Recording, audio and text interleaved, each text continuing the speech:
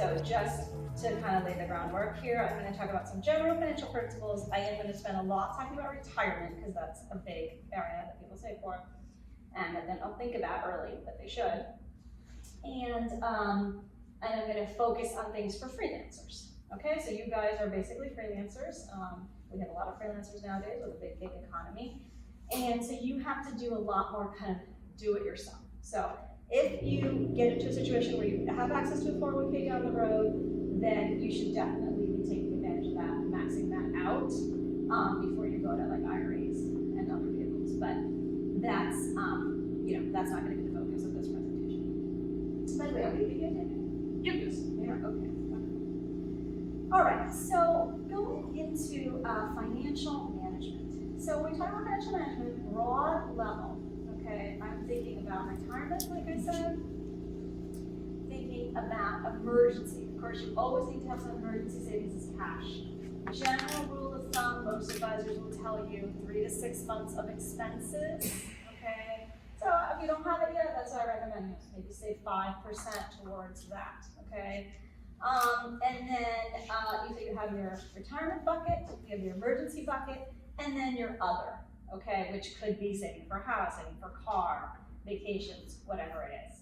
So I would kind of think of your life, your savings areas in those ways. Make sure your emergency's there, retirement, and other. And you can do it different ways.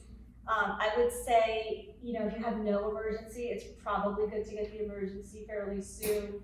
And then, you can do like retirement along with other things like that, or replenish emergency along with, maybe at the same time as retirement, but definitely be prioritizing the emergency until you have that. Okay, so some more detailed principles on this. So how do you do this? Main point is you have to spend less than you earn, right? You're not going to be able to save anything unless you spend less than you earn. And automation is good. So, I kind of suggest with some thought, but just as a starting point, 80-20, right? Maybe you spend 80% and you plan to save 20% of your pay. Okay. Keep in mind some of this stuff has tax benefits. So just because you're saving a certain amount doesn't mean you'll take home that much less, because some of it you might actually save on taxes. So, be thinking about how to automate it. Just making it so you don't think about it. You learn to live on less, okay? And to do that, you need to know where your money is going, right? There's different ways to do that. There's apps, all right? Zach here actually is a master at tracking where his money's going, so you could adopt his method and talk to him about, I think you have everything on Excel file, is that right? Yeah. So you could do that. I use an app called Mint. Mint does some categorization for you, and you have to sort of correct it.